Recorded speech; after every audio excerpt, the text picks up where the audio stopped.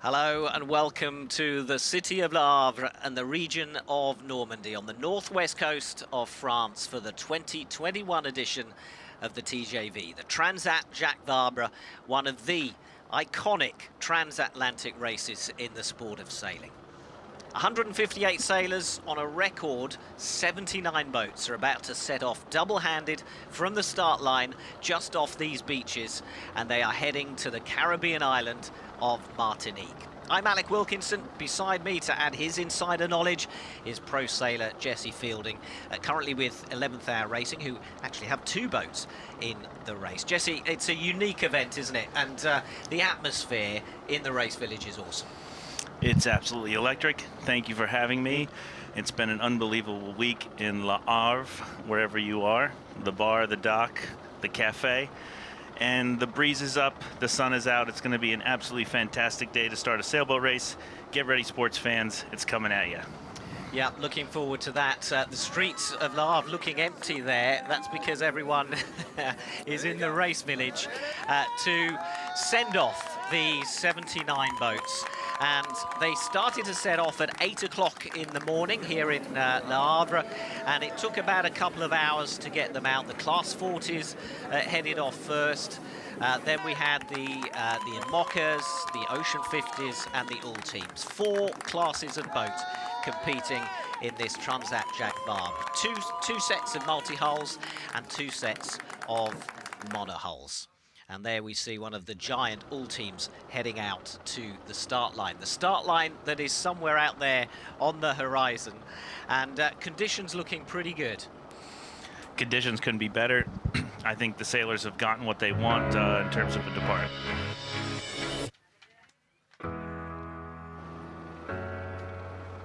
Well, the Class 40, as I said, one of four classes of boat in this race. It's also the biggest fleet of the race. We've got 45 entries, and there is one of them, La Boulangère. And we reckon there's about 15 in the fleet, don't we, who could win this? For sure, there's a bit of a build separation, and the new boats are absolutely incredible. This is one of the newest right here with French sailing legend Marie Rieu on board. Sailed against her this summer, formidable as anyone. And the Class 40 fleet is really turning it up and really showing up with fleet size, competition, and the new designs are absolutely rapid. So watching them battle along the French coast in the next 24 hours will be incredible. And we're expecting them to have the longest passage because they are the smallest boat. So let's introduce you to the Ocean 50s. That's the smaller of the two multi-hulls competing in the race. We've got 7 boats in total, and one of the favourites there, Sam Goodchild, aboard Leighton, the third one on the list. You've got to fancy his chances. The only Brit in that fleet. the only English speaker in the fleet, so I have to favor Sam as well. His work ethic's incredible. His history in the sport here in France is exemplary, and his boat-on-boat experience will serve him well. Now the Mockers, they're the sort of the pedigree monohulls that you might know from the Vendée Globe round the world race. We've got 22 boats here on the start line. It's great to see friendly faces there at the top. These boats have gone from boats to machines. They are now flying, as you see the large foil linked out with Morgan and Thomas. And these sailors are incredible. They're at the top of their game. They have a big sight in their future, and they're all pushing hard to Martinique. It's Tabali on one of the Class 40s. Incredible to see the generational... the Mockers coming out. Yeah, it's just amazing to see Eric's daughter on the start line for sailing fans around the world. Winner of the Vendée Globe. And then these crazy multi-hulls, the all teams. What can you say? I mean, these go beyond machines, probably closer to spaceships than anything else. They are. There's 5 of them in the fleet. They will undoubtedly reach Martinique, we believe anyway, before anybody else, and they're going a much longer route, which we'll talk you through in a moment. But these boats, these multi-hulls, contain are sailed by the rock stars of French sailing. It's a very French fleet, this, and we can't wait to see them head off the start line. The start begins in just over 10 minutes, by the way. The clock, bottom left corner for you, will guide you towards that start. Which boat are you looking forward to most? In terms of following the fleet, or in general? Following the fleet. In the fleet, I think the competition is going to be the fiercest it's ever been in the next 4 years in French sailing, which means, you know, globally, this is the mecca of offshore sailing. So it will be the most competitive ocean racing we have witnessed, and I think we're going to see that starting here with the TJV, next year with the Route de Rhum, and so on and so on, ocean race, and onto the Vendée. It's just the generational competitiveness is reaching an all-time high, and throughout the fleet you have everyone from Figaro experts up to experts within their class, and a combination of skill and savvy and motivation that's just unlike anywhere else in the world. So with 10 minutes to go to the start, what is happening on board these boats? Presumably different things in the different classes. For sure. I mean, everyone's going to approach this slightly differently. That's the beauty of the French ethos. However, at the end of the day, you need to get your mainsail up. You need to think about where you're going to start. You need to find the breeze, and you need to pick a gap on the line that's going to give you the best chance at tacking and getting to the first mark. Let's take you through the course. So we leave Le Havre, and overnight they'll be heading down the English Channel. They take a left turn at Cherbourg, and then they head down across the Bay of Biscay. Now, the course separates into three according to the boats and the classes. At the Cape Verde Islands, the Class 40 will head across the Atlantic towards Martinique. You can see the blue trimarans, the all teams, they go the furthest distance. You're looking at about 7,500 miles as opposed to 4,500 for the Class 40. The Ocean 50 and the Imocas follow a similar but shorter route. And hopefully the idea is that they all arrive in Martinique at the same time for a grandstand finale just off the coast of Fort-de-France, the capital of the island. Well, looking out across the bay here of Le Havre, it's a lovely sunny day. It's been very mixed in the week with rain, with lots of wind, but I'd say it's close to perfect, wouldn't you? It's champagne sailing for these offshore fleets, to be honest. Close to shore, the sea state may look bumpy on camera, but at the end of the day, this isn't what they're going to experience actually after the first mark. So right now, again, they're focused on getting their sails up, final preparations. Clearly crews are jumping off after they prepare the boat. That is the support crew. It is not the racing pair that'll be heading off to Martinique. And what a destination to go to. You couldn't get a bigger contrast from the picture on the left of your screen, could you, with the grey skies. Martinique, I mean, it's an historical route, really, because the boats are all heading there. Ahead of them, thousands of miles of ocean, and it's recreating the original route taken exactly 300 years ago by Gabriel Declus, who left Le Havre for Martinique. And this is the crucial point with 3 coffee plants, and that basically created the whole coffee plantation kind of industry for Martinique that then spread to South America. So this race is dubbed the Route du Café, the coffee route, for that very reason, because although it's the first time they're finishing in Martinique, the routes they have followed traditionally have been the clipper coffee routes of the past. Charal in front of us, that you've got to fancy their chances as well. Absolutely. Jeremy Bayou and the Charal team, along with the Pipia and Charlie Dallin, are absolutely favorites, along with, frankly, my friends on the both 11th hour racing boats. and it should be an unbelievable battle at the front of the IMOCA fleet. Well, on the start line will be Francis Le Goff, the race director. Ça va très bien se passer. D'abord, ils auront tous le même parcours pour démancher, pour passer le golfe de Gascogne. Et puis ensuite, il est vrai que les classes 40 contourneront l'île du Cap-Vert. Les IMOCA, les Ocean 50, Fernando de Noronha dans le nord-est de Recife au Brésil. Quant aux ultimes, ils plongeront très sud vers Trindade, et tout ça au final pour que chaque classe ait fait le même effort à la mer. C'est assez stable au final, c'est un vent de nord-ouest, il est calé à peu près aux 310 pour 18 à 22 nœuds de vent. Donc c'est plutôt des conditions très favorables pour donner le départ de la Transat pour un bord quasi direct pour tout le monde vers Etretat. Okay, so let's talk, folks, through to the through the starts, Jesse, because it's gonna be interesting. We've got this long start line.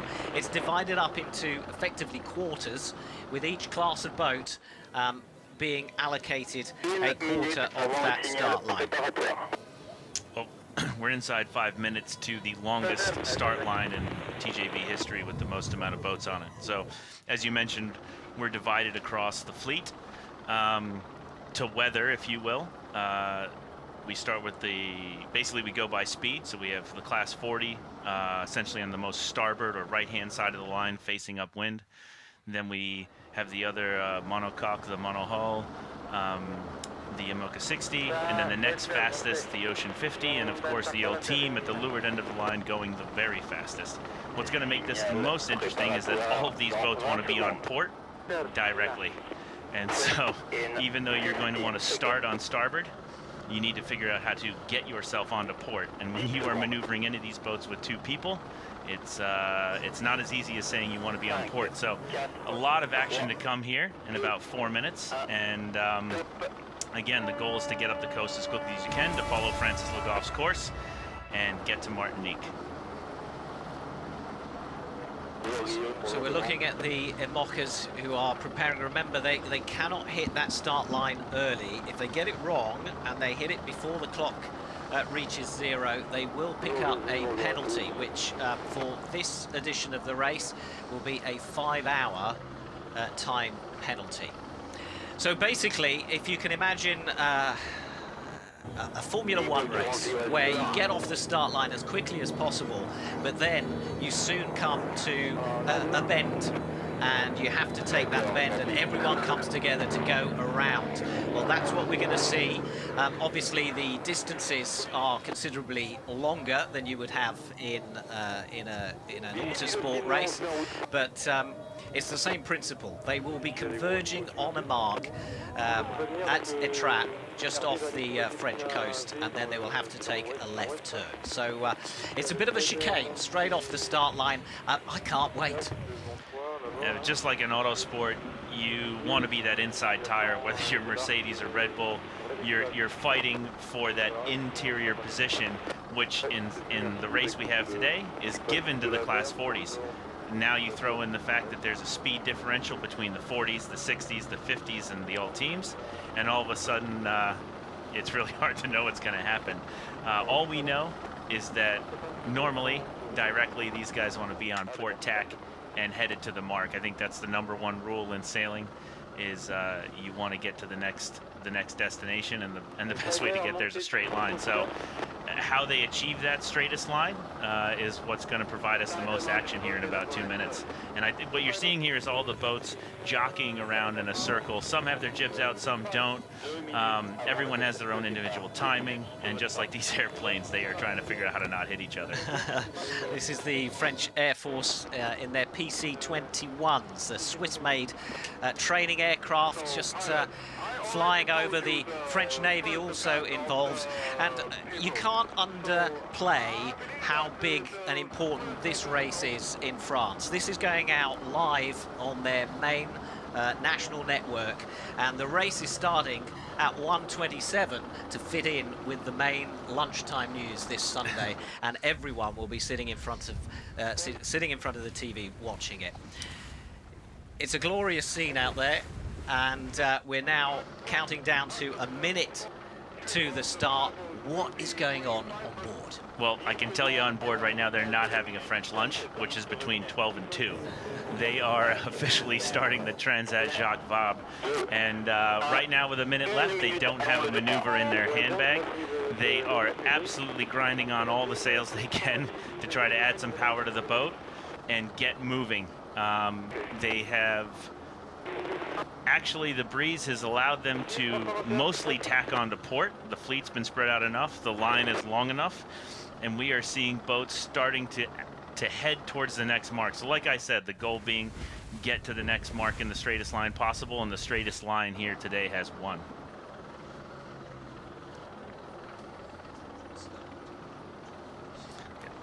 So inside 20 seconds here, like I said, heart rates are going through the roof. Pedestals on all these boats, or top handles with the grinding, is basically going through the roof. You see the old teams have stayed safe, slightly behind the fleet. 10 seconds to go. Multi-hulls are progressing. Class 40s are on the line.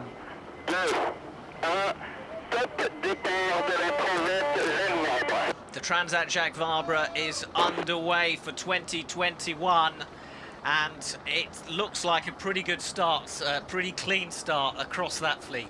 Au français, bon départ, as they say. There it was.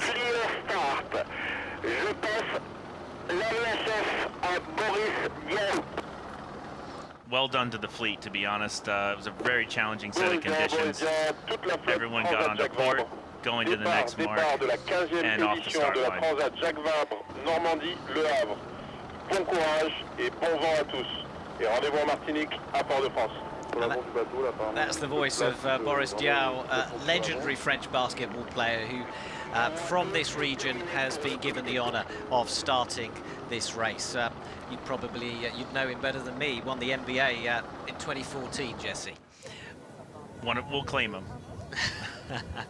But the focus right now is on these all teams that are getting up on their foils, and we reckon they're going to be hitting some pretty high speeds.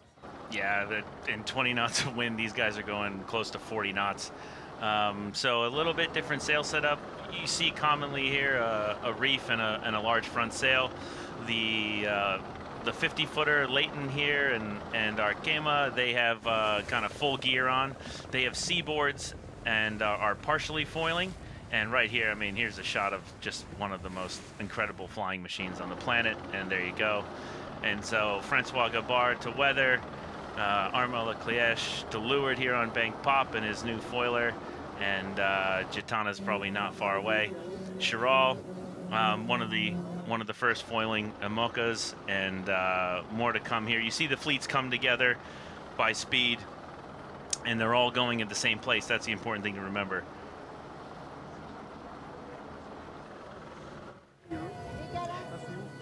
So another shot of the French Air Force planes, just saying au revoir to the boats and wishing them well.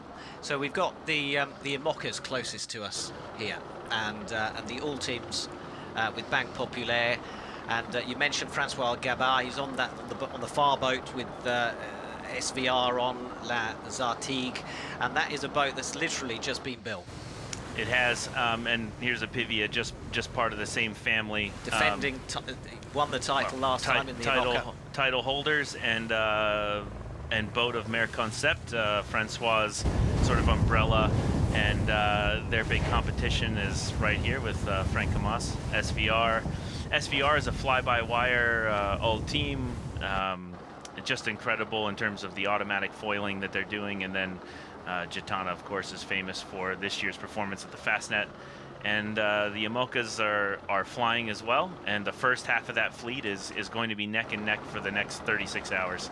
The big split will not come until Usson, and it'll be impressive at the corner of France to see which old team goes which direction, but you have to believe that a Pivy is going to lead the way. So we could see a point where the big fast all teams on the left-hand side of the racetrack are going to be coming in and crossing in front of the IMOCAs as they turn right to sort of through the chicane and towards that turning mark. Absolutely. So based on speed differential, the old teams will get to this turning mark first. I think they're going to get there together, though, based on what we just saw. And I think the battle at the front of the old team fleet for the first tack will be impressive. And then beyond that, the 50s, the 60s, and the 40s will all arrive at the same time. These guys are and girls are heart rate up, pushing these boats at 100% of their polar percentage, their possible boat speed. And so there's really going to be nothing in it when they get to the coast of Detroit. 79 boats on the start line. So far, no reports of any breakages or problems technically, which is good news. There is a window of 60 minutes in which the start line remains open. So if you do have a problem, you're allowed to stop, get it fixed, and carry on. Because although we're watching quite a sprint here, it is of course a race that could last, especially for the slower Class 40 boats. It could go to 3 weeks or even longer. Oh, this is absolutely a marathon, and although the first to the first mark is a nice badge to wear, you want to make sure that you are getting to Martinique first and foremost, and I think that's why we saw the essentially conservative start. Incredibly impressive, everyone getting on port and blasting off the start line on time, but at the end of the day, it was more conservative than you would see in something like 12 knots. It's actually quite windy out there right now, and everybody's pretty full on making sure that they are staying clear, staying safe, and keeping their boat in one piece at this point. And we're watching the duo there on Linked Out working hard. So, you know, these guys here, I've been going around the fleet asking who's going to have the most comfortable, if that could possibly exist, who's going to have the most comfortable passage, you know, across the Atlantic. And everyone admitted that it was the all teams, and the guys on board the all teams went, well, yes. Why would that be? Well, if you know how to sail an all team, it would be the most comfortable ride. The big question mark there is, can you sail an all team? And that is reserved for the most elite offshore sailors in France. And I think it's a global goal to get to that level. But for sure, the large, wide platform with the aggressive foils you see actually create a platform that's very stable, and when it's in gear and sailing appropriately, it's much more of a stable ride, if you will, in quotes, than racing on a monohull that's bouncing around on a single foil to leeward. Well, we're watching Banque Populaire with Armel Leclerc, a former Vendée Globe winner, and Kevin Escoffier. Legends of the sport. And you talk about legends of the sport. Well, it's such a rich history in the TJV. It's worth taking a little bit look back at some of that history. Although the Transat Jacques Vabre is synonymous now with double-handed sailing, the first edition of the race in 1993 was actually a single-handed contest. There were only 13 solo sailors back then, and the multi-hulls were won by Paul Vatine. 6 years later, in 1999, he tragically lost his life in the Transat Jacques Vabre. His partner, Jean Morel, describes what happened, that he was asleep below deck. Vatine was at the helm, and they capsized, and Vatine, or Polo, as his nickname was not seen again. Polo est parti! Il est tout seul!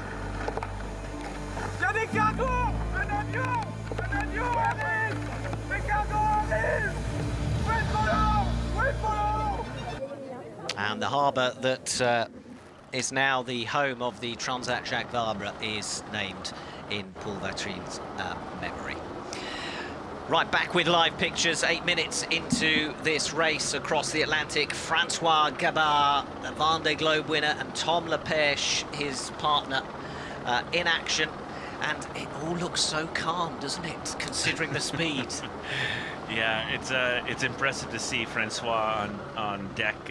That's the single helm station for that yacht, and just to speak a little bit about it, it's an incredible machine. I've seen it up close in Concarneau, and I've never seen anything like it. I've heard it's the most unbelievable offshore sailing machine that anyone's ever witnessed. And Francois, of course, is a legend of legends, and Tom is a fantastic young sailor, straight from the Figaro fleet, right to the old team. So it's going to set a precedent for future sailors, and I have nothing but respect for both of those guys. Now, if you've never seen one of these things for real, if I tell you that it's about the equivalent of the area of 3 tennis courts, it's an absolutely incredible machine to see close up and personal, and it completely dwarfs the rest of the fleet.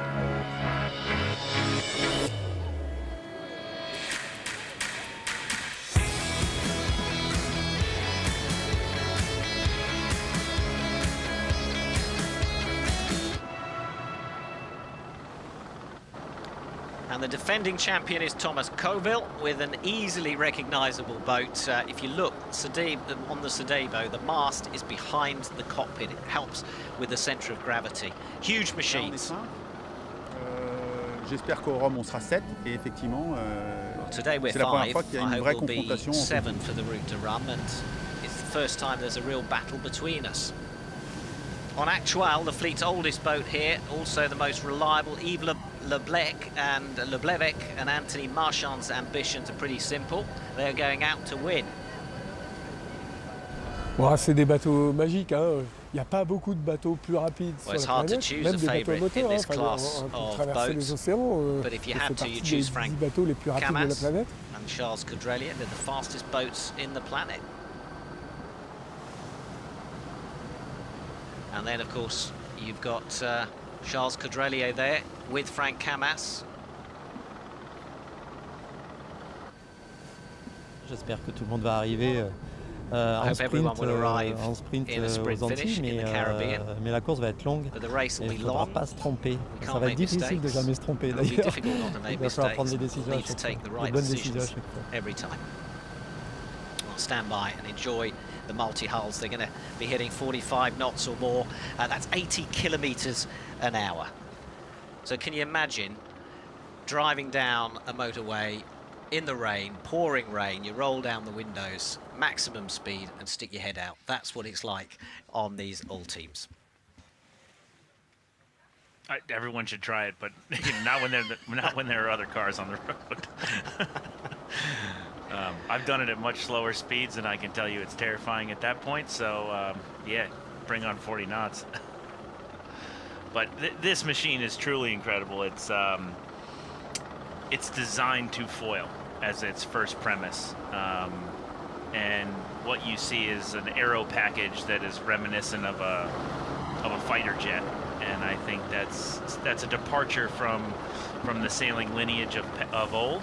And this is Francois's former boat. The former Massif is now Actual, and for sure the most reliable. Francois took it around the world and obviously made history with that boat.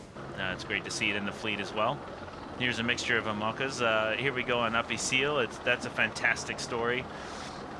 Damien Seguin partnered with his friend from around the world, Ben Dutroux, and just two unbelievably heartfelt sailors that are young and super motivated and really ready to take on the planet, and there they are leading a group.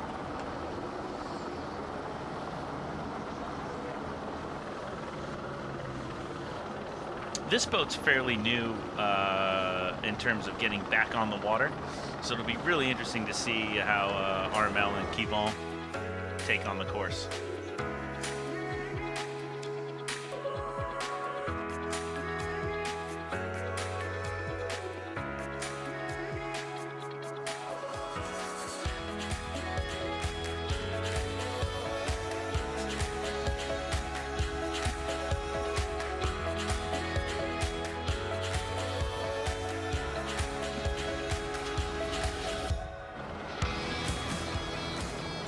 So from the monster multi-hulls to the monster monohulls, these machines that are designed to sail around the world as quickly and as fast as possible, and often single-handed.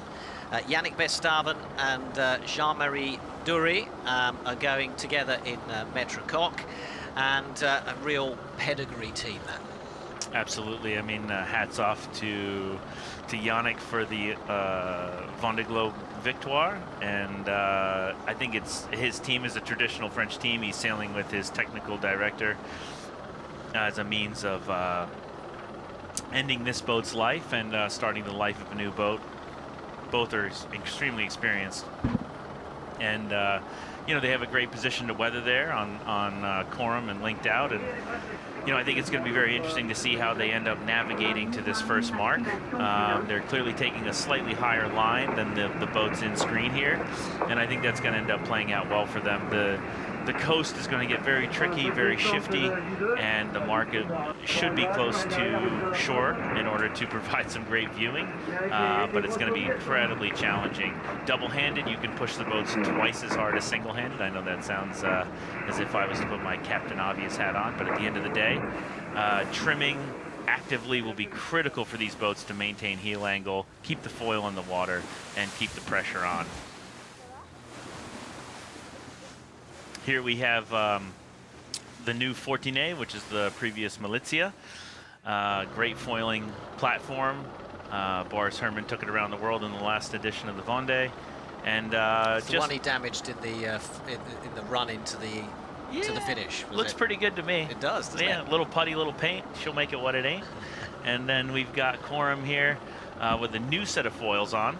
So that'll be interesting when they tack to see how they end up stretching their legs out. We're hoping for good things for Coram. Great team, great boat. Now, a word about the fans who have been loud, boisterous, and amazing fun. Not just this morning, but all week they've been coming down to enjoy the celebration, the festivities. There's loads to do in the race village, and it has been packed. And it's great to see, because it's the first time we've seen it since COVID, that so many people have come down and been able to enjoy the boats, the sailors close up to get their autographs, and it's been a really fantastic atmosphere as we watch Sodebo lift a hull. Fantastic shot there.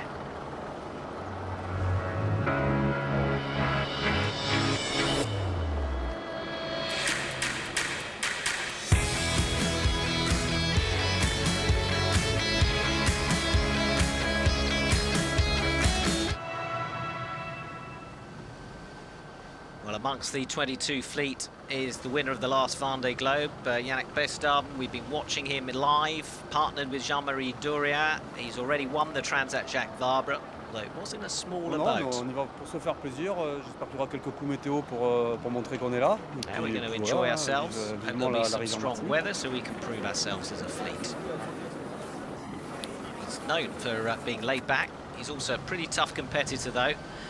And one that many think will win this is the title holder, Charlie Dallin. He's from Le Havre. He studied in England at Southampton University, and he also has the fastest boat, well, on paper anyway. Un Apivia qui a fait plusieurs courses maintenant, qui a fait l'équivalent de 2 tours du monde. This Apivia boat has done several races, the equivalent of 2 round-the-world voyages, whereas 2 years ago it had done the equivalent of a transatlantic race. But I've got a brand new boat in the middle of a development phase and reliability test. Well, another boat we should mention is the 11th Hour Racing Team, the newest boat in the fleet, almost entirely enclosed. Charlie Enright, Pascal Bidagori, the Franco-American pairing on board. I think it's going to be a really difficult race, particularly for us, because we have a new boat and have not spent a lot of time on it, but also because as we get closer to the start, the weather looks quite complicated. And why only have one when you can have 2? They've also got a black and orange Imoca, and that's finished the Vendée Globe with Alex Thompson in 2016. So let's talk to an expert from the team. How are they looking? Let's start with the new boat, first of all.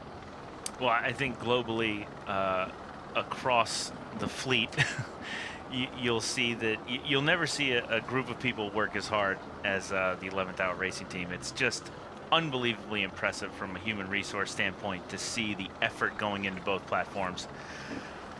It's just an absolute pleasure to be around and bear witness to a real team effort in this single and double-handed field. The new boat is incredibly impressive. people say when they look fast on the dock, they're usually fast, and that's where my opinion lies. The black and orange boat, as you say, Alakai, is also incredibly fast. So I think look for both of the 11th Hour Racing Team boats to be pushing the front of the fleet. I think Charlie and Pascal have experience in this race together, and Pascal knows how to manage the throttle of this boat, and Charlie's incredibly experienced as well, and I think they'll manage their platform appropriately. It's new. It as Charlie said, it doesn't have a lot of time on it, but it's quick. And sci-fi, as we know, Simon Fisher and Justine Metreau, legendary future legend of female French sailing, will manage Alakai appropriately. And I love the names as well. Each boat has been given a Hawaiian name.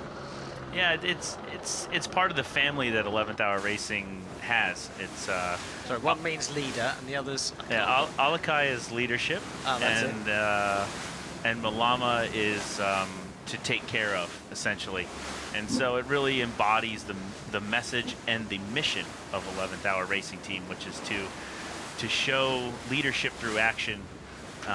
And take care of this planet in a better way. So really nice to see both of those on the water, and also legendary for the fleet. This is the first 2-boat program in a Mako class history, and I think it's a hearkening of things to come. I think this fleet is going to push very, very hard in the next cycle. And we could talk about this next point for hours, but we'll try and keep it succinct. But the boat, the new 11th Hour Racing boat, central to that, just before, as we watch Sam Davis and Nicolas London there on Initiative Kerr, the central thought to it was to try and build a boat as sustainably as possible, but it's an experiment, and the data and the findings from that experiment will be passed on to the whole of the IMOCA fleet for future improvements. Absolutely. I mean, I think you can either view life as a series of conditions or a human experiment, and I think what we're seeing is the best features of an experiment, where people are trying new things and trying to improve.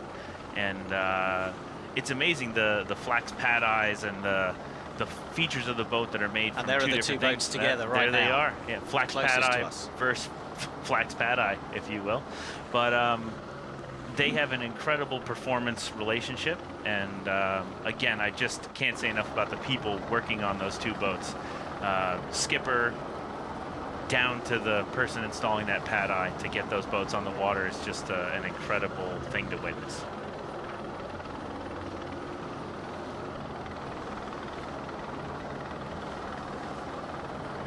So Group GCA, one of the Ocean 50s with Gilles Lamire and Ivan Bourgnon on board.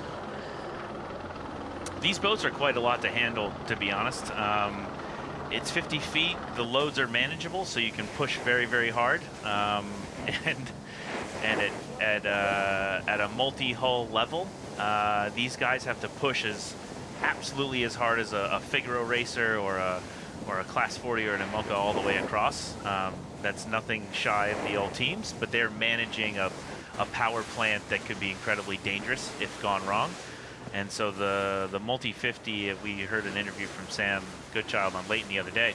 The multi-50 is going to push so hard you could flip over, and that's a thing that you go to sleep with at night. It's a thing you go to off watch with, and it's a reality that doesn't leave you. And look at it, there we are, basically on 1.5 hulls, just skimming there, and just that's not going to stop for 16 plus days. 50 foot by 50 foot, hence the name Ocean 50. And if you're old school, it's what we used to call the multi-50.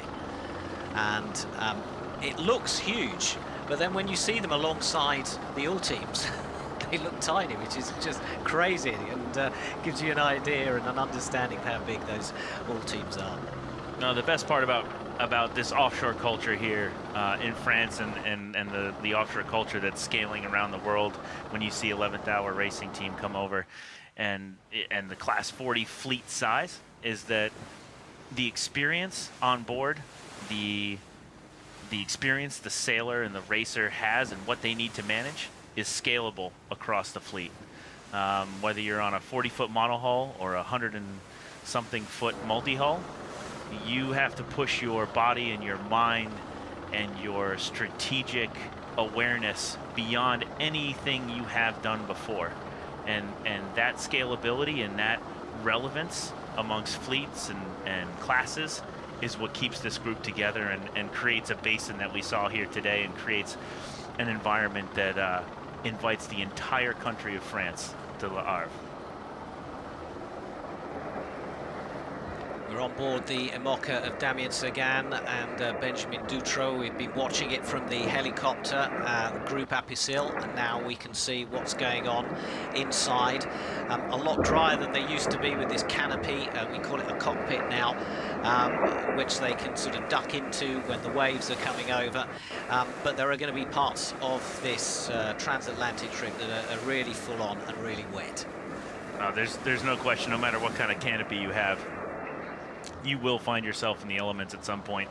As we approach this coast, there's a question of a sail change, then a mark rounding. They'll be upwind, and then by the time they get to the next piece of French coastline for the evening, it's going to be all hands on deck, jackets on, out in the front of the boat, doing the business, and it's going to be wet. So you need the canopy to take what rest you can when you can, but at the end of the day, there's no doubt that these guys will be, and girls will be drenched in the ocean. Well, you mentioned the female sailors, and there are 14 female sailors in this race. Most of them are in the class 40. We've got 5 in the Emocas. We were on board with Sam Davis earlier on.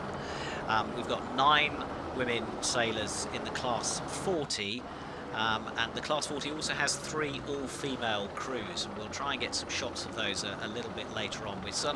We're following the race leaders and the fastest boats with the cameras, but we will get to have a closer look at the class 40s in time. Jeremy Bayou and Christopher Pratt on Charal, doing well and heading towards the headland that we saw about a minute ago. On the live pictures, that headland where there is a turning point, and there it is, right on cue. It's the white cliffs of Etretat, and if you look out straight across there on the horizon, you'd eventually get to Brighton in the UK. But before you get to Brighton, you get to a exquisite 18-hole golf course on the land there. Absolutely fantastic walk, unspoiled, I promise. And here come the old teams, as predicted, at the absolute front of the pack, charging along. Gitana, the most reliable, the most tested, and essentially foiling along here in the flat water. The only challenge they have is managing the up and down breeze as it comes from the ocean. It hits these gorgeous cliffs. You are going to find some up and downs there, but clearly those crews managing that series of up and downs well and still foiling. The entire fleet will come into that. I think they're going to really have to question the sail change. It's not very much time. Their heart rates are already incredibly high from just managing the start and getting to this point. At the mark, they're going to turn and aim at Cherbourg. So at the end of the day, I think they continue to press on. You see some sails hung in the air here. It's going to be really interesting to see who deploys what and when. Bigger sails are always faster, but at the end of the day, it's a lot of work. Every maneuver on those big fast boats is a lot of work, and they have to factor that in to their navigating, into their strategy, because every maneuver also costs you time. I can promise you every maneuver on every one of these boats is incredibly consuming of your energy, of your partner's energy, and it's just it's a big question mark, and it's really the basis of the strategic boat-on-boat scenario. And there are the fans that we were talking about, right as close to the cliff edge as anyone would dare to go to try and get. That's a super fan. That is a super fan to try and get a shot, a photo. I hope they're not trying to use their phones, because I hope they've got long lenses. I reckon a couple of them have a sand wedge, and they're going for number 10 there. But yeah, no, it's an Instagram moment for sure. I heard it's quite a famous spot if you follow such a thing, and they are about to get the show of shows with the fleet of the Transat Jacques Vabre tacking onto starboard and heading off to Martinique. Well, we were looking at a few hundred fans. I'm reliably told that you get thousands and thousands of them a little bit further in on the cliff. They're the fans rather than the super fans who are right on the edge of the cliff. I think it depends on when you get there. As they say, it's all about the depart. Best view of the race, though, is from our camera chopper, and this is the shot that they're sending back. It's the Ocean 50 with Sam Goodchild on board. It's called Leighton. He's partnered with Émeric Chapelier. So, you know, a double-handed race. What a lot of these boats are designed to either be single-handed or crewed with more than two. What is unique about double-handed racing? What makes it different from the other formats? It's literally 2x the human resource on board. And so what it creates is the scenario where you have to push twice as hard. And you could argue that twice as hard becomes 4 times as hard and 8 times as hard. And as it goes algorithmic, your heart rate can't keep up because you know the boat next to you is pushing at least twice as hard.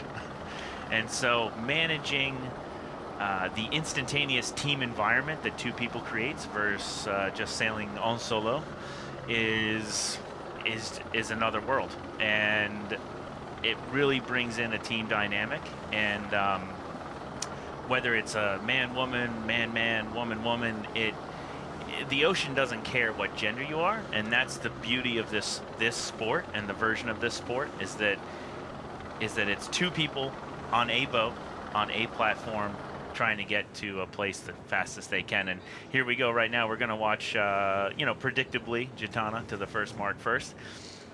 Of course, you want to attack directly, but when you're on a multi-hull of that size and scope, you have to organize it. And they've been organizing it for quite some time, I imagine, and they'll tack when they're ready. And they'll tack, and it'll still be the hardest thing they've done today. Actually, the white foam behind it gives you a good idea of how they have maneuvered.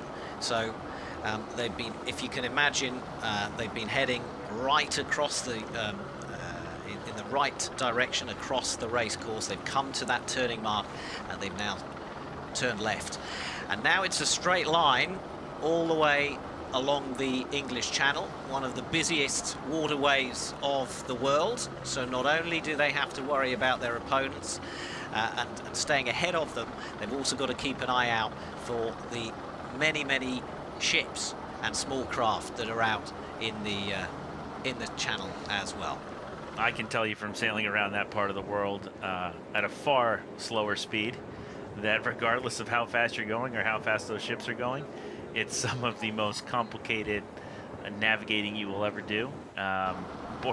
Borderline on, terrifying is probably far too much of a word, but at the end of the day, if a big Maersk super tanker comes out and onto your AIS and you didn't see it, it's pretty terrifying. So we wish these guys bon course, bon nav, as they say, good navigation and safety. Well, let's watch these two come round that mark and see what tactics they employ, but keeping safely at a distance from each other.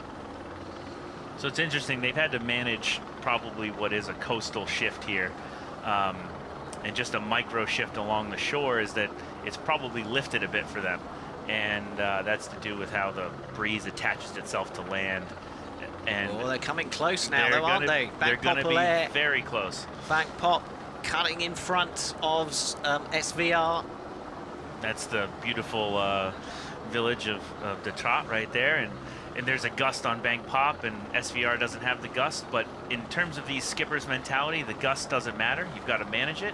These guys are already preparing the tack, and just preparing to turn one of these vessels is a multi-minute exercise.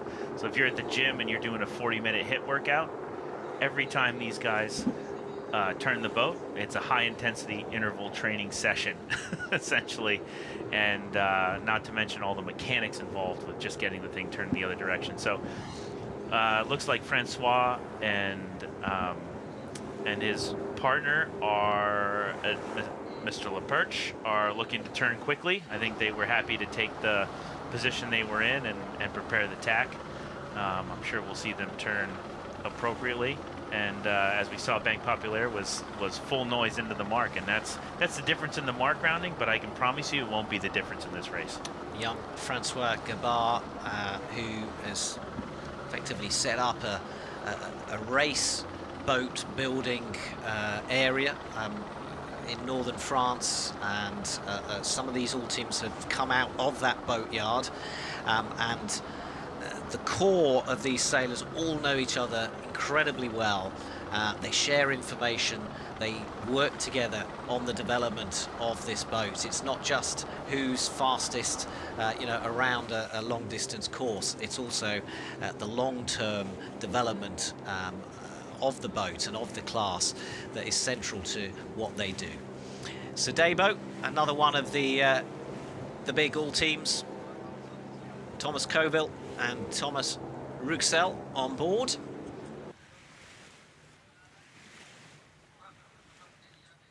I think what you see here amongst this fleet and all the fleets coming towards this mark is a huge amount of mutual respect that you just hit on, in terms of everyone on this race course, not to mention all the fans on the cliff and all the fans at the start, understand in some capacity what it takes to get a boat off the dock and get it to another destination, single or double-handed.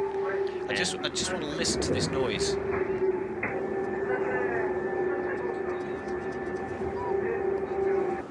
Now, can you imagine that whistling sound going on in your ears for the next sort of 2 weeks?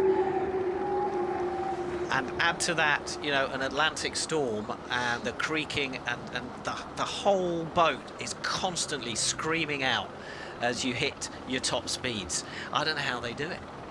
Yeah, there's a language for all of these different classes, and when your boat stops speaking that language, that sounded pretty good to me. That sounded fast.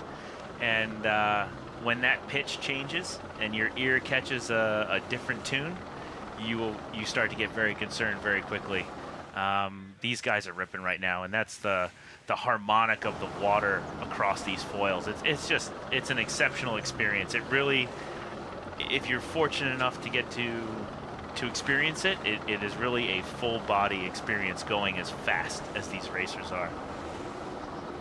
I've seen onboard footage from other races in which the skipper's sitting there with sound cancelling headphones on, because especially on the very long distance, the round the world races, it's a long time to inflict that sort of noise on your ears.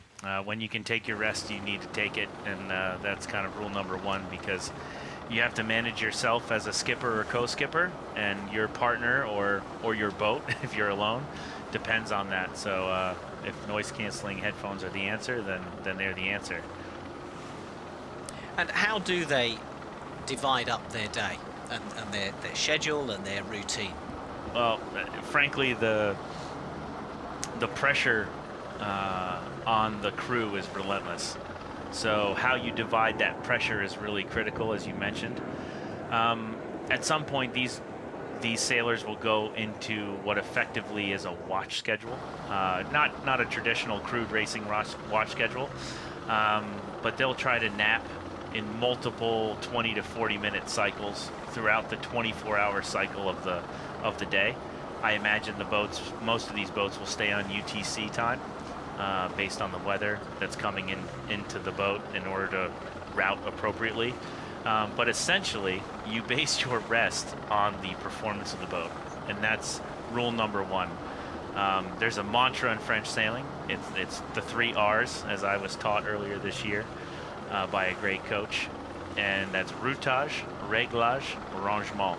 And that roughly translates to make sure you're going the right way, make sure the performance is good, aka the sails are trimmed properly, and then look after the boat and yourself. And sadly, the third position is a tough one to find, but the front two are most important. So you're worried about where you're going and your performance, and if you can take some rest, you do.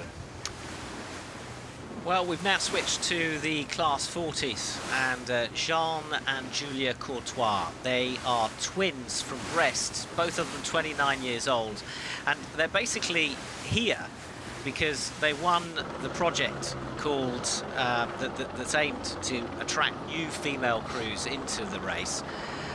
It's been organised by the Transat Jacques Vabre and their sponsor St James, and it's really taken up a lot of attention on the dock. There have been a lot of young people coming to check out the boat and to meet them as well, because the beauty of this race is that the sailors are all there, they're all accessible. You can go up and you can sort of shout to them if they're on the boat, and often they'll come over and have a chat. So it's great to see those two. One of three all-female pairs in the Class 40. I'm not as young as I used to be, but that type of story is the inspirational stuff that really gets the next generation excited to come down to the dock, find a dream, have a dream, and execute a dream. Yeah, I mean, they were into their sport. They'd done a little bit of sailing, and then they saw that there was this opportunity. And so they stepped forward and said, we'd like to give it a go. They went through all the various tests and so on, and then came out of it effectively with help and financing to put their project together. And the thing about this sport is it's not just about going out and racing, is it? You've got to build your own team. I think, one of the most impressive outcomes of this environment here in France, and like I said, something that I hope scales globally, is that it really is about a core determination to chase that dream we just talked about. And after you chase that dream, you have to put the appropriate things in place that help you achieve that dream. And there is an access to the dream of offshore sailing here in France that is unique to planet Earth. And like I said, it's nothing but inspiring. Kenton Vlamnik and Lalu Roucayrol on board that Ocean 50. We're now on board with Subban and Rogue on Primonial.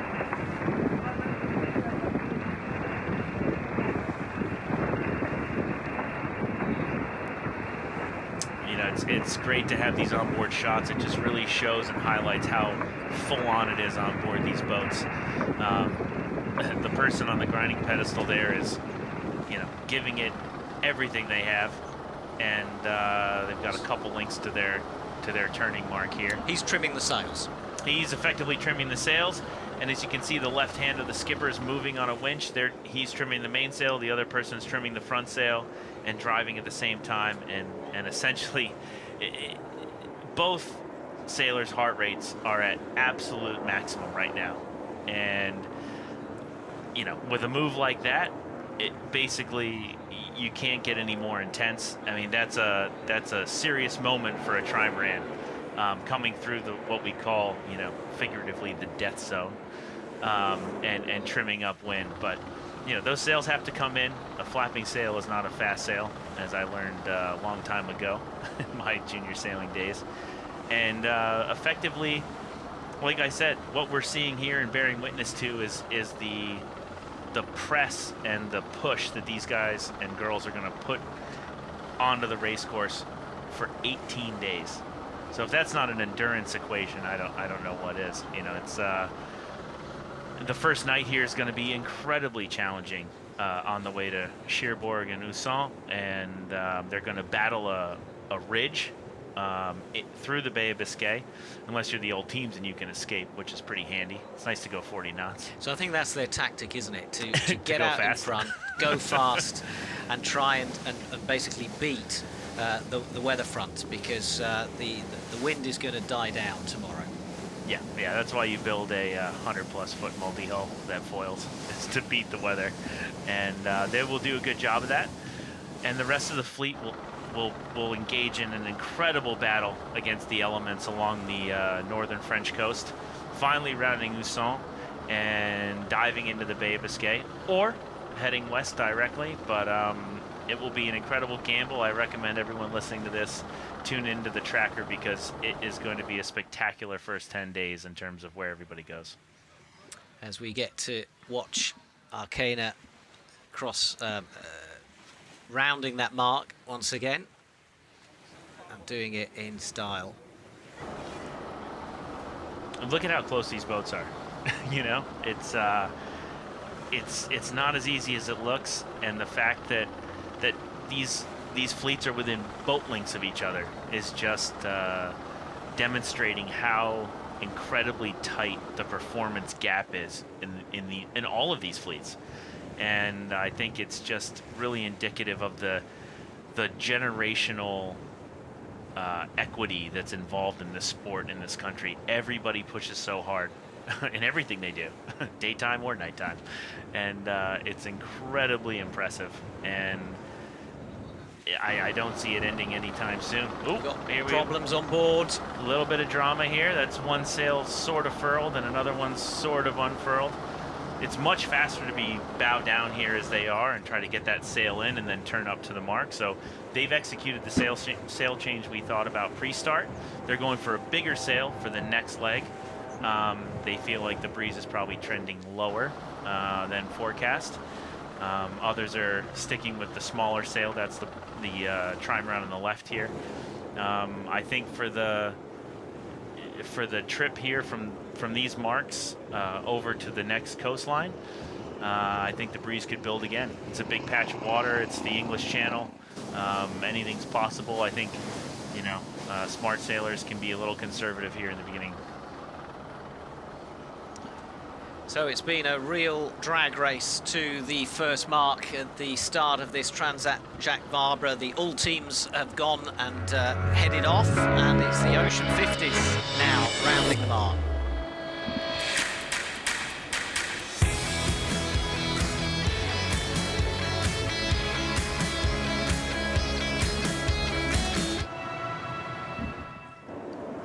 Well, as we've discussed, it's known as being a little bit unstable. An Armel trip on the skipper of Le Petit Doudou. It's for hospitalised children. It's a charity. Un multi comme ça, c'est un peu comme du lait sur le feu. Dès qu'il y a du vent qui rentre, dès que ça va vite, on peut très vite basculer d'un mode critique à un mode catastrophique. Il faut être tout le temps vigilant. On est sur le fil du rasoir. To be vigilant the whole time. Well, since the start of the season, both in offshore and inshore regattas, Sam Goodchild and Aymeric Chapelier are the ones that seem to be on the most form. They don't have the fleet's most recent boat, l'exercice d'un transat en double n'a rien à voir. Nous, on ne se voit pas comme favori. Il faut rester humble et essayer de gagner. We know the Transat's a completely different proposition, he says, from being on the circuit that they've been competing in. Well, one of the newest boats is Coesio with Erwan Leroux and Xavier Macaire. Chaque victoire est différente, chaque participation à la Transat Jacques Vabre est différente, et puis vraiment de profiter à fond de cette course, de ce nouveau parcours et de ce nouveau défi. Erwan's a 3 times winner. He's won it in 2009, 2013 and 15. Zav's one of the legends in the Figaro fleet, and you know, I've admired him for the season. I was fortunate enough to sail in that fleet, and I think, you know, tactically, Zav will give those guys a really good run. Navigationally speaking, he's as top as you can get right now in the sport, and well practiced for the season with the longest Solitaire de Figaro ever. So, bon course, Zav. He's a good friend, and you know, I think these guys are just leaving this mark, knowing they're going into the danger zone. A nice suit of sails on board. I think they have 6 on board these boats. How important are those, and how much work goes into sort of changing and altering those sails? Yeah, I mean, each one of these fleets has a different inventory rule, if you will. I think the critical feature in managing any of these fleets' sail inventories is the mentality that you are unafraid to change a sail if you are off performance. Changing a sail requires, again, strapping on your gym gear and basically going to a workout.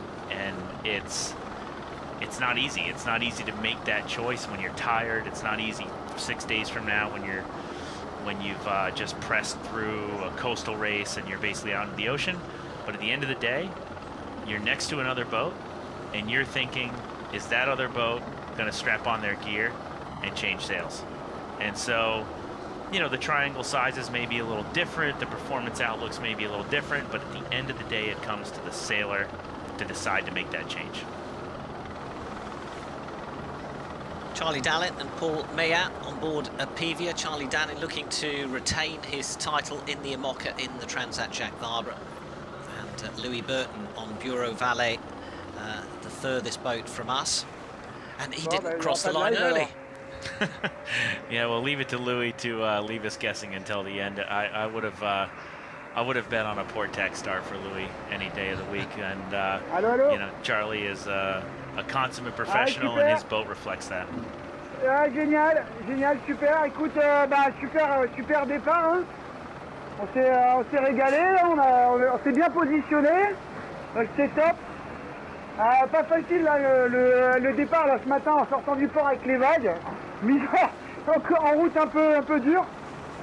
J'ai mis Eric à la barre, comme ça le repose un peu. Et puis écoute, on va aller passer les bouées d'antifère là. Voilà, sympa. Clément Giraud and Eric Nigon enjoying their cruise at the moment. Et ben, belle journée à vous et puis ouais, ça marche bien alors. So a big smile from on board their boat. He's quite happy with his position. He said it was a bit of a difficult route off the start line, and they had to work hard, but now they're going to enjoy a little bit of rest just as they approach the first mark.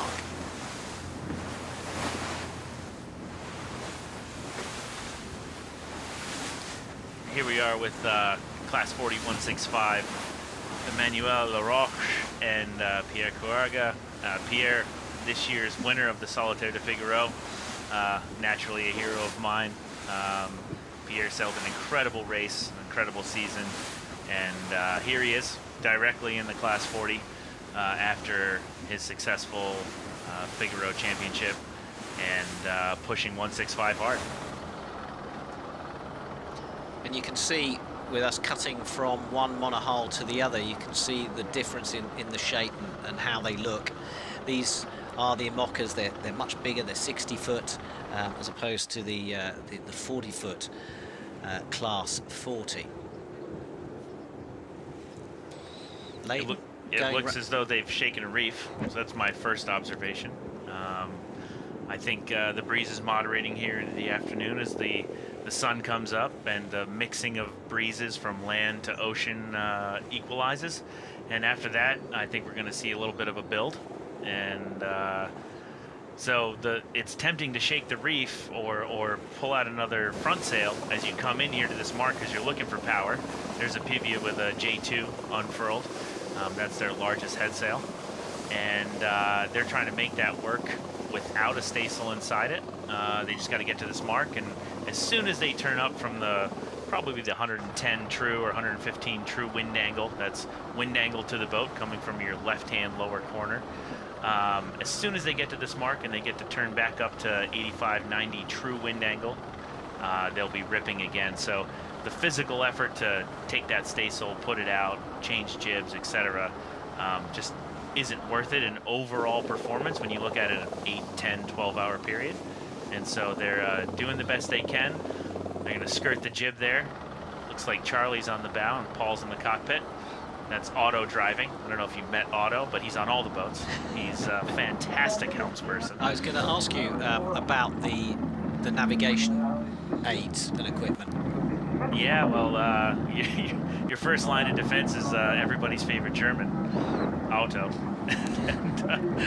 and you know, every class and every boat has a bit of a different system. There's some common families of systems that I don't need to get into today. I think the Ocean 50s are allowed a routing software on board. Oh yeah, all of them have a routing software. All of them have a smart autopilot, as we say. But when it comes to the differential across the spectrum of technology within the autopilot realm, you have a smattering of suppliers and technology companies and you know, it's kind of a bit of a we cold... might be getting a bit technical. Well, I was going to bring it back to the real world and say it's a bit of a Cold War battle. Is, you know, what RAM are you using and what software do you have? And it's actually really cool. It's when these guys need to go to sleep, which in 18 days, I don't know if anyone's tried to stay up for 18 days, but it's impossible. And when you need to go to sleep, this technology takes over, and so it really features. And here's one of the original Scow-Bow Class 40s, still in performance mode, absolutely bow down and ripping into this mark. So we'll take a closer look at that Scow-Bow bow even in a moment. And a shot of Etretat. It's actually a lot further away than it looks on that shot. But what you do get is a really good impression of the sea state. Because from these helicopter shots, it all looks very pleasant, doesn't it? But if you're in a little boat down there and struggling to get round the top mark... Well, if that's a 60-foot boat and you're between two waves, that wave's not small. I'll say that. And, you know, clearly the breeze, as the sun has gone up and the wind is mixed, the breeze has shifted along the shoreline, and it's making it quite difficult for these monohulls to approach this mark without doing a major sail change. I talked this morning with some sailors that were talking about, you know, do we put the fractional zero up? There's a sailor right there pulling a tack line off the bow, maybe thinking of a bigger sail. I see a tack attached to that furling unit. So, you know, the question is are you going to see a huge amount of effort go into putting up bigger front sails, getting to that mark, and then again turning left after that, back onto the wind, if you will, and back onto the sail combination you see. And at the end of the day, when you get the horses out on the course, they want to win. And it's very difficult to shy away from the sail change. So again, it's a huge feature in the sport of shorthanded sailing. Do you change sails, and what will that cost you from a long-term performance standpoint based on HR? And you know, at the beginning of the race, everyone's had a good breakfast, they had a great sleep last night, and everyone's keen. Probably keen as Dijon mustard, as they would say here in France. Thomas Rouillard, Morgan Lagravier on their IMOCA linked out. They've got to be up there amongst the fancied for a podium finish in the IMOCA class. As we see Bureau Valet of Louis Burton, new boat for him, heading off. And that mark is basically the last mark until the Cape Verde Islands, where they actually have to maneuver. Everything between there and the Cape Verde Islands is up to them where they go. Yeah, I think, you know, biggest thing is not hitting the continent of Europe and making sure you get to those Cape Verde Islands or whatever your next turning mark is in the South Atlantic. Yeah, I think that's accurate. You see the modern hull shape here on the Class 40 just showing a different side to 40-foot ocean racing boats. It's a 40-foot boat. The sails are a little lighter, maybe a little more quote-unquote manageable. And I think you've now seen two Class 40s setting up for hoisting a more powerful sail. There's a third bowman on the front of the yacht. So at the end of the day, these guys are unafraid, and girls are unafraid to get their smock top on and you know, meet the French Ocean head on. You need a bigger sail to get to the mark. You put it up. Number 166 is cross call, and that also tells us that it's quite a new boat, because the way the class works is that boat number 1 was the first boat ever built, I believe, in the 70s, and each boat built since has been given its own consecutive number. I think it's one of the great features of class sailing is that you really get to see the history of each class. And on the dock here in Le Havre, you witnessed basically the modern history of French ocean racing. And here we are back with linked out. Yep, but we should mention number 1 then, Terre Exotique with Georges Guigan and Morgan Pinson on board. And well, can you believe, you know, they're up against a boat built, what, 30 years or more later. Design looks very different, but it's great to see them all out there doing battle. It's also got quite a strict box design rule, which the idea behind that is that it's not an arms race. You go out, you buy your boat, and they are all more or less the same. So it keeps the costs down, and it's also a great boat if you're an amateur and you know what you're doing. And the fleet in this race is a mix between pro sailors and amateurs in the Class 40. For sure, access to the sport is critical in terms of growth, and classes like the 40-footer here do that, you know, as well or better than anyone. You've got to limit how fast you can grow.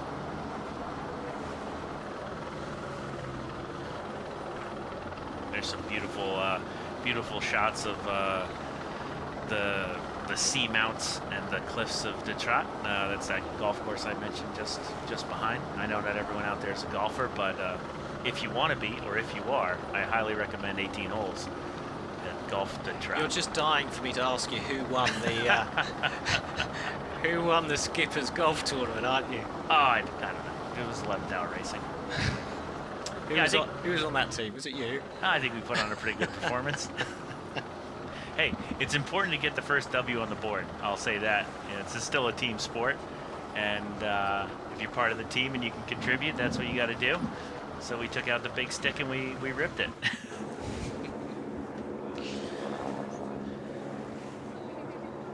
Back with the Imoccas and linked out. And here we go. Here's another ultra competitive class. Different designs, different people on board, of course, and neck and neck. You know, bow to bow, going into the first turning mark of the TJV. I'll put the first round on the next trip to the cafe that these boats are still bow to bow when they hit sheerboard.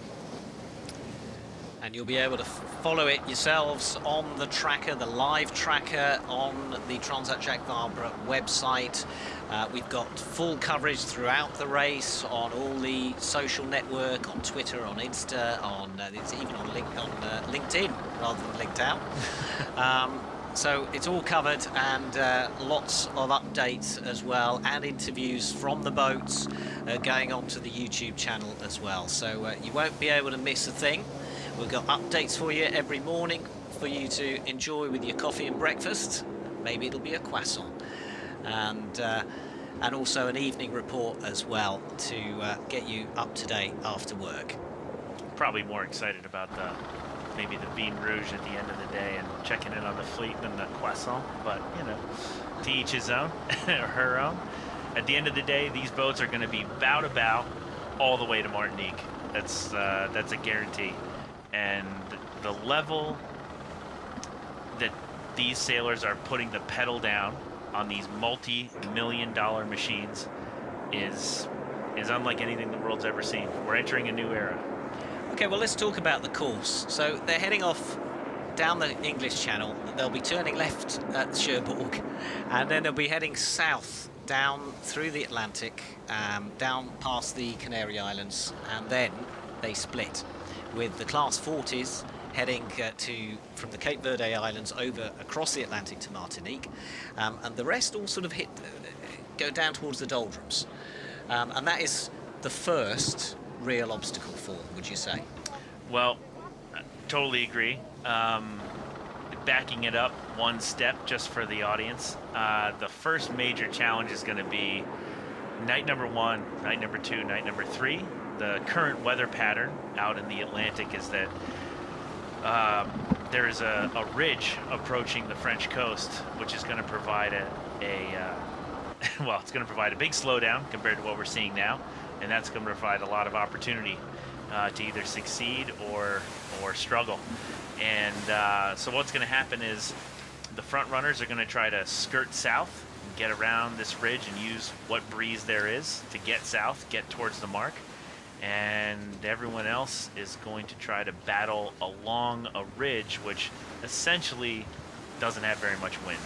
So it's going to be a lot of stop-go, and at some point everyone's going to get to cross that ridge, or the ridge will cross them, either one. Hopefully you control your own destiny, and you're off. And so the race will turn into slot cars and be very Grand Prix oriented in the second half, but the first half is going to be incredibly technical and strategic. So, you know, basically the racing we're seeing here, rounding this mark, there's Malama, 11th hour racing team, ahead of Arkea Paprick. This relativity, there's 4 Amoca 60s within 25 boat lengths of each other, is going to exist for the next 48 hours, and it could be even closer. So the relative performance is going to be critical in terms of getting through this first couple nights, and then it's a drag race to the south, as you mentioned.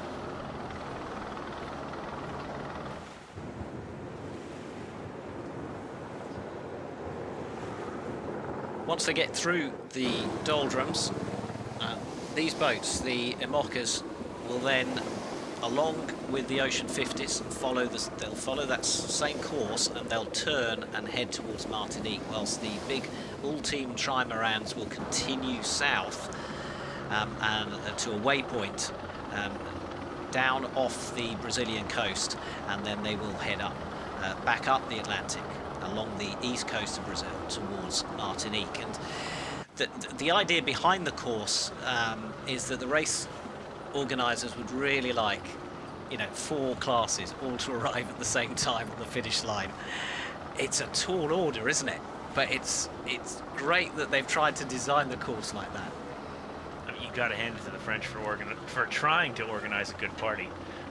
Well, it may happen in 2.5 weeks' time. Well, we know there's enough T-Ponche on the island to satisfy the entire fleet. So the point is that we hope they all get there at the same time. I think it's an incredible experiment in the dynamic of ocean racing, and I'd love to see more races adopt something like that, where you can all get to your destination at the same time.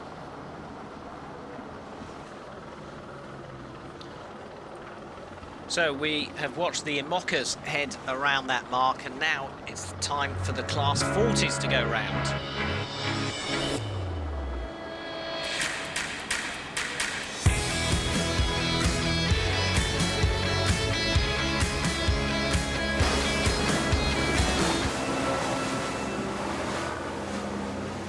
There you go, the defending champion is Ian Lipinski, co-skippered by Julien Poulvet, one of the first to sail with the scow, this boat. It's the kind of round-nosed hull shape, proved quite a revolution too. Moi, c'est une nouvelle course, donc tout ce qui s'est passé Approaching il y a this with 2 a ans, fresh c'est du mindset. passé. Everything that happened 2 years ago belongs to the past, so we're going to tackle this race in a different way. Tout à fait nouvelle dans la tête.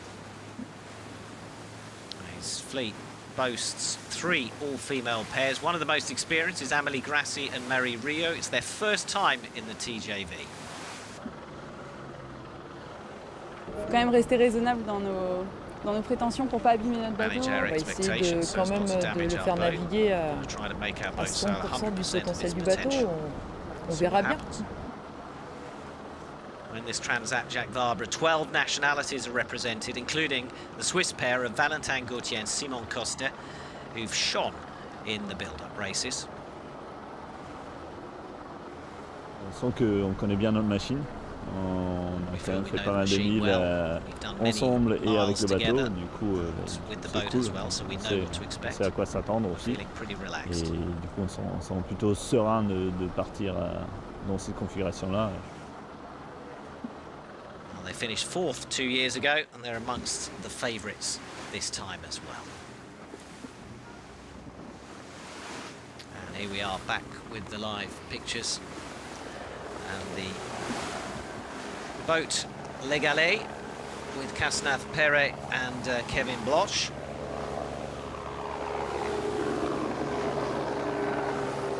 '45 Class 40s in total on the start line, as we mentioned earlier, including the very first ever built Class 40 Terre Exotique. I think the Class 40s are going to provide a race full of entertainment for every sport fan out there. I think you know, these boats have the speed potential to escape, but at the end of the day, there'll be a big fleet mentality, and so you'll see groups of boats sticking together and really battling it out within boat lengths all the way across the ocean. day on day on day. And that just brings back that discussion of endurance we spoke about before. It's relentless, 40-minute nap, get up, go to battle. It's it's a war of wills on board and against the people you can see on the horizon, and the most important thing is never forgetting that the other boat next to you is working just as hard. We were talking earlier about the Class 40. I said the idea of it is to make it more accessible so that amateurs can compete as well. I had a question on Twitter saying, well, what does accessible mean price-wise? Well, a used one of these you can pick up for anywhere between $120,000 and $400,000, depending on the state of it. Which, if you compare that to a racing car, is a pretty good deal. It's all relative, and relative to the other boats on this race course, this is the most accessible. And I think the most important feature is that even though there's accessibility, you're not sacrificing performance and you're not sacrificing competition. If you were out there on the water today in the Class 40 fleet, you're going to have the busiest 18 days of anyone, right up there next to your heroes on the IMOCA. So it's not a haves and have-nots. It's a game of competition across the fleet, and it's accessible at the 40-foot level. And it's not just a good entry level for amateurs, for the sailors themselves. It's an opportunity for a different type of sponsor to get involved as well, because clearly the campaign is going to be a lot cheaper, allowing maybe smaller companies and smaller sponsors getting in. Big wave from Carpentier and Santur del Arco of Spain. Big favorites for the Transat Jacques Vabre overall trophy here in the Class 40 fleet. Again, pacing themselves. Big sails are out. That's a Class 40 right next to an IMOCA 60. So that just shows you the relative level of performance and competition. I think the spectrum is wide, it's varied, and at the end of the day, all entry points are available for sponsors and sailors.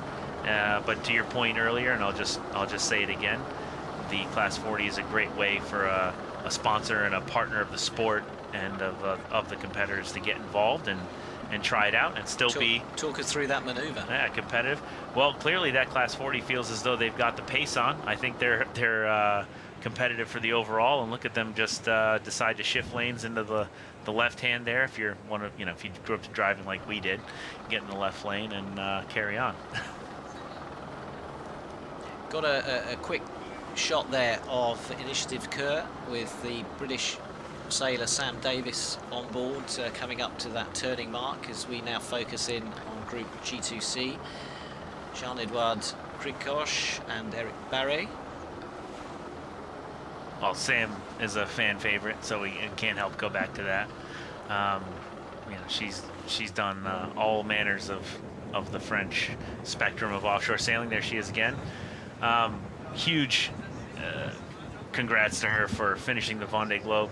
I know she didn't technically finish the race, but sailing around the planet in the fashion she did, and representing her sponsors and partners the way she did, and finishing the way she did with that beautiful heart shape before the theoretical finish line was just such a touch. Yeah, I think for the sailing world. Had a collision, damaged her boat, wasn't able to be competitive, but still completed the course. So really the standard bearer for the 14 female sailors in the fleet.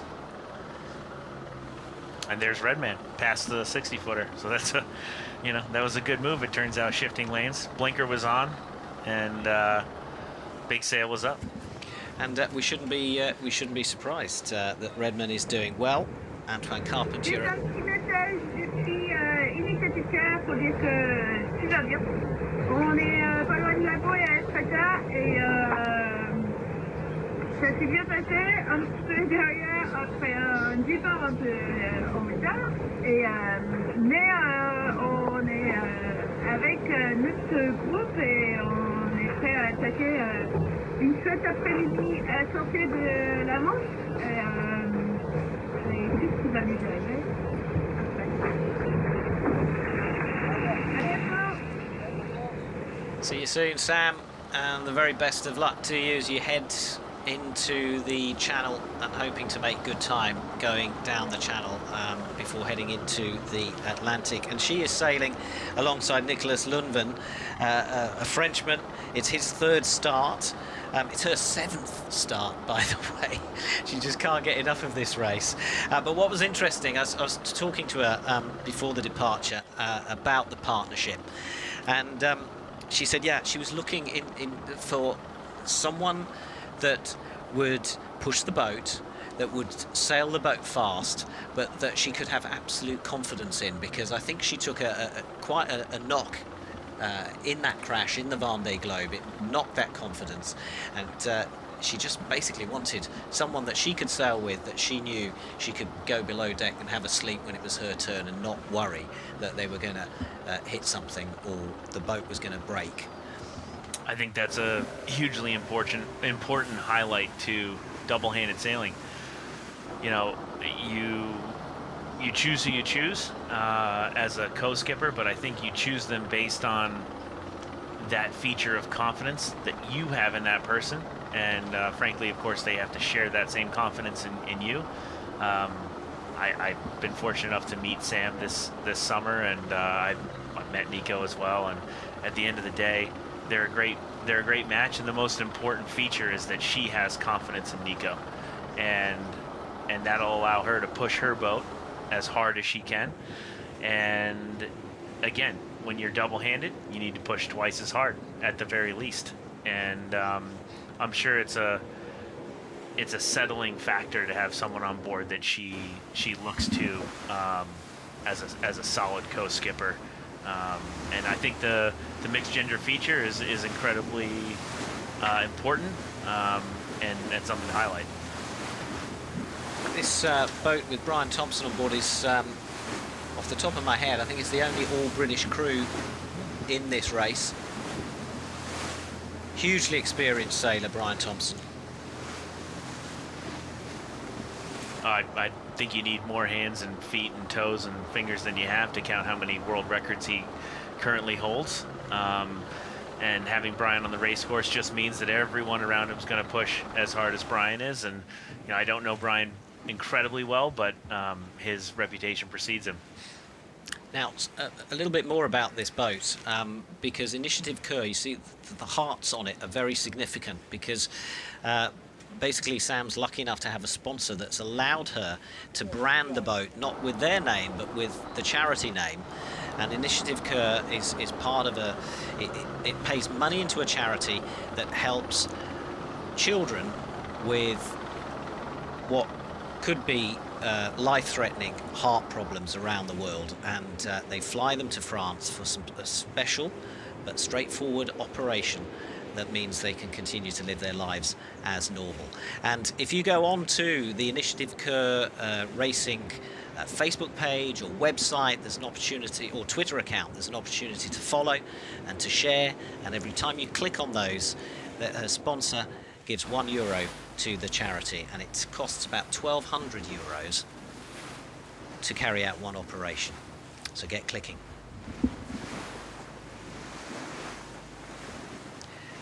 Boat 154, La Manche, Black Mamba is its nickname. Nicolas Jossier and Alexis Loison on board. Alexis has just finished his 16th Solitaire de Figaro in a row, and has officially retired from the fleet, so he says. And just an incredible competitor that I can speak to personally, and an incredible human being. It's a pleasure to be on a race course with him and finish a race with him. I'm sure his co-skipper reflects the same values. There's Pierre, the winner of this year's Solitaire. It's no joke, and no question mark that sailors from the Solitaire fleet are smattered among the Class 40 and racing in this race. And frankly, as someone who competed in the Solitaire this year, to then get on the Class 40 and do what these sailors are doing today, nothing but hats off to them. An incredible endurance run after an unbelievable race that ended in September. But the talent rises to the top in the French sailing world, and that's what you're seeing here at the front of the fleet. Corga on his first start, on his first Transat Jacques Vabre. Steep learning curve for him.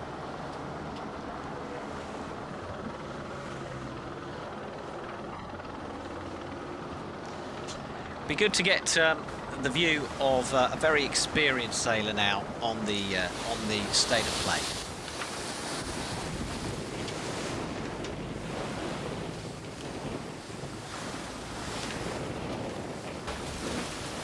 Ah bah c'est une bonne matinée pour nous, Alain. Un nylon. He's twice won the TJV in 1995 with Ellen McCarthy, you can see. Les autres courses, la victoire se fait sur la ligne de départ déjà.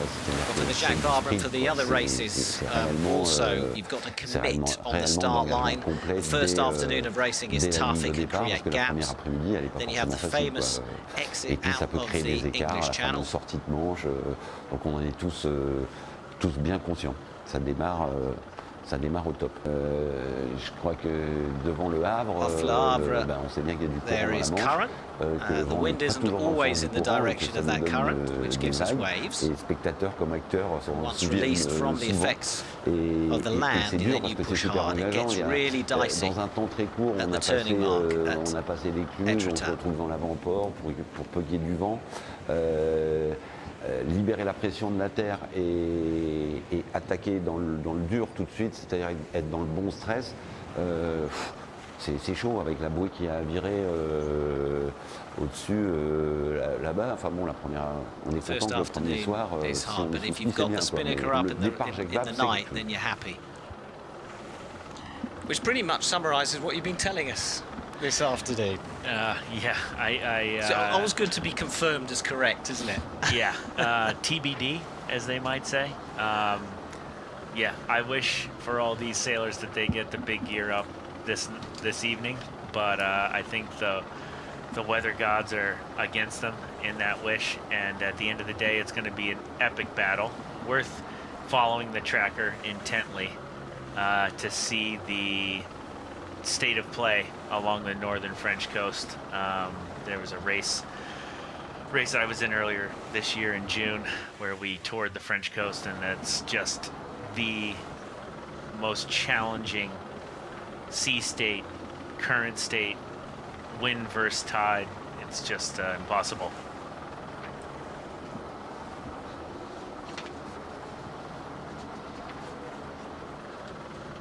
So stand by, sports fans, it's going to be wild.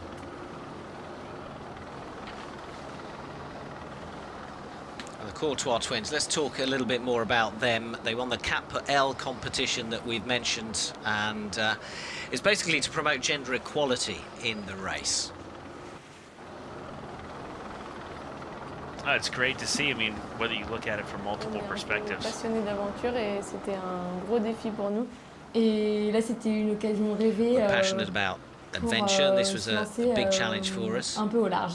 Ben, je pense que déjà au début, on va être un peu dans l'émotion du départ. Our offshore racing career, I think that at the start will be a little emotional. We'll have to manage that, but then I think we'll be quickly in the race. And it won't be the best 48 hours. Mais ça va aller. Ouais, moi je sais pas pourquoi, je m'imagine qu'il va y avoir beaucoup de vent. J'ai un peu peur d'avoir froid. Et j'imagine une bonne tempête d'automne.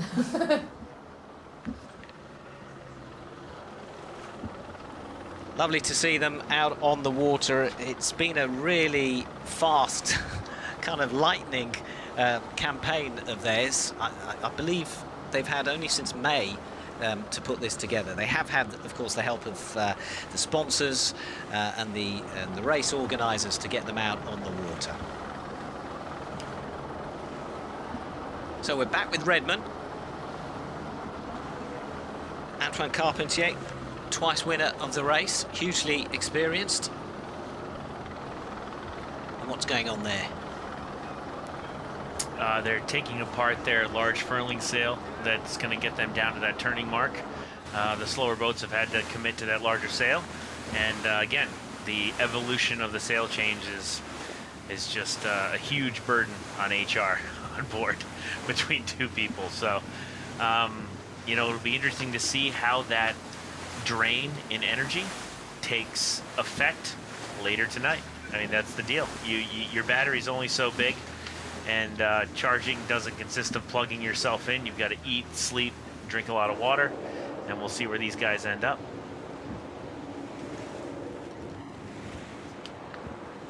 Which do you think will be the closest fleet by the time they get to Martinique? I think the closest fleet is going to be the largest fleet. I think the Class 40s, boat on boat, with a boat-to-boat finish is going to be the closest. But I think, you know, if you basically look at it in terms of relative separation and performance percentages, I think, as I said at the start, I think all of these fleets are going to be ridiculously close per what we've seen in historical data in these transatlantic races. These boats are all going as fast as they've ever gone. The technology is as good as it's ever been. The sailors are as practiced as they've ever been, and the stakes have never been higher. So I think that basically puts itself into an equation where every fleet will be tighter than it's ever been in race history. These two, 6 races between them, and 3 podium finishes, 2 victories and a 3rd place. That's an awesome result. I'd put my money on the Redmen today.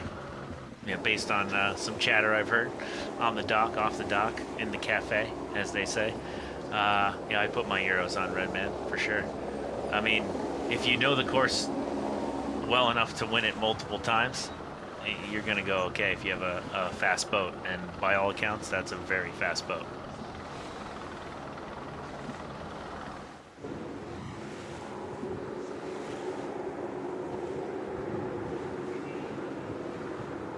In these types of situations, it's really easy as a sailor to look over to the other boat and see them with a bigger sail up, but you have to focus on your timing. And it looks like this crew is in their zone, focused on what they need to do, and that's the most critical feature to rounding this next mark and exiting to the bigger race course. Whenever you're changing sails, you know, someone may have a different thing up or a different thing down or unfurling something else, but don't look. Keep the blinders on, stay focused on your boat, your crew, your co-skipper, and I think these guys look like they're handily rounding their offset mark. Amélie Grassi and Marie Riou, Boulanger Bio, they had a bit of a delay getting off the dock this morning. There was some sort of technical issue on the boat. We're not sure what it was, but it was soon fixed, and I'm sure that's all forgotten and behind them now as they concentrate on turning this mark.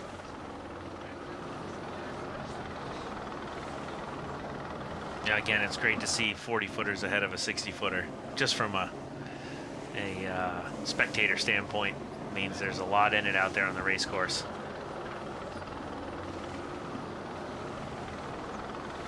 A well-executed luff. Make sure you can get the jib inside the fence, as we say, and carry on upwind. Looks like the sea state is what it is next to shore.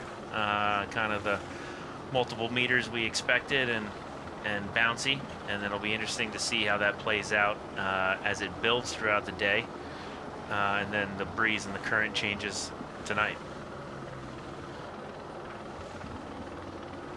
The other thing to look out for in the Class 40 is there's a handful of top athletes from other sports that have transferred into the sport of sailing. The Imokas going around with the Class 40s there. Well, three top names, for example. There's the Olympic champion pole vaulter Jean Galfion. He's quite an experienced sailor now.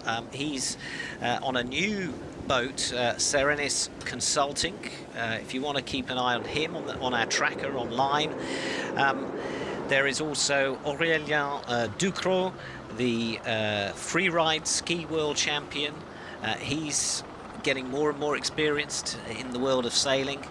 And a bit of a rookie in terms of transatlantic sailing is none other than the great Ivica Kostelic of Croatia, multi-Olympic medalist, world champion in the downhill slalom.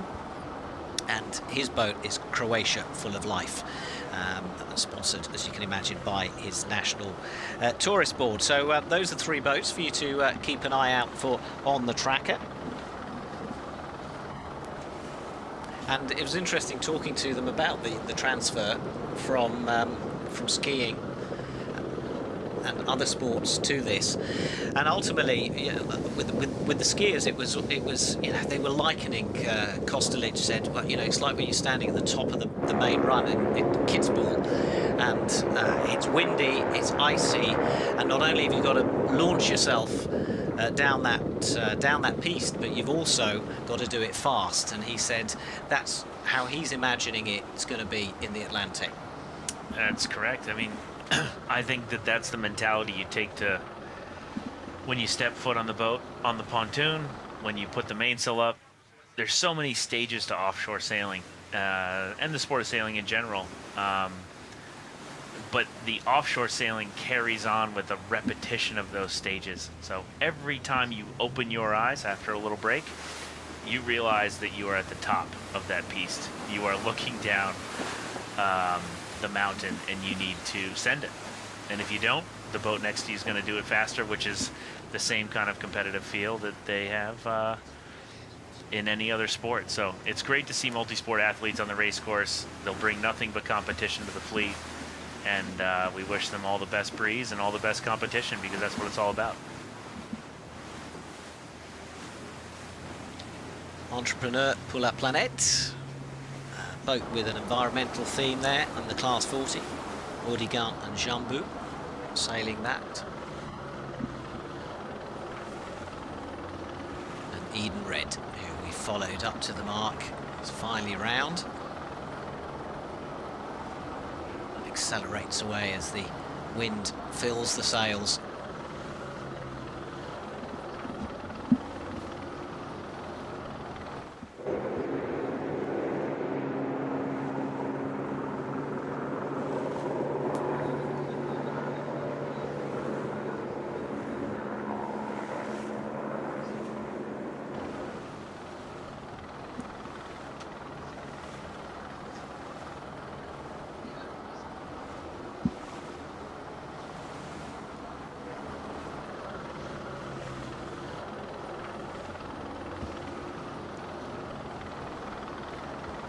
"90 minutes into the Transat Jacques Vabre. It's been a terrific start to the race. 7,500 miles for the all teams as they head off down and along the English Channel. It's about 4,500 miles for these boats, the Class 40s. They're smaller and slower. And let's have a look then at this route again. As they arrive at Martinique, hopefully all together. It's the old coffee route that 300 years ago saw the start of the whole coffee industry, import and export from Le Havre, which was a pivot point, an arrival point for the coffee before being distributed through France and Europe. So Martinique is the destination for these 79 boats. We have more than 3/4 of the fleet of 79 around that turning mark, the white cliffs of Etretat, and they are now heading along the channel. It's going to be a long, bumpy night for them. And so the boats are bound for Martinique. Ahead of them, thousands of miles. The fastest could arrive in 14 days, could be twice as long for the slower ones. A big thank you to Jesse Fielding for the insight over the last couple of hours. But right now, from me, dockside in Le Havre, from me, Alec Wilkinson, it's au revoir, and remember to stay in touch with the race on the tracker and on the website.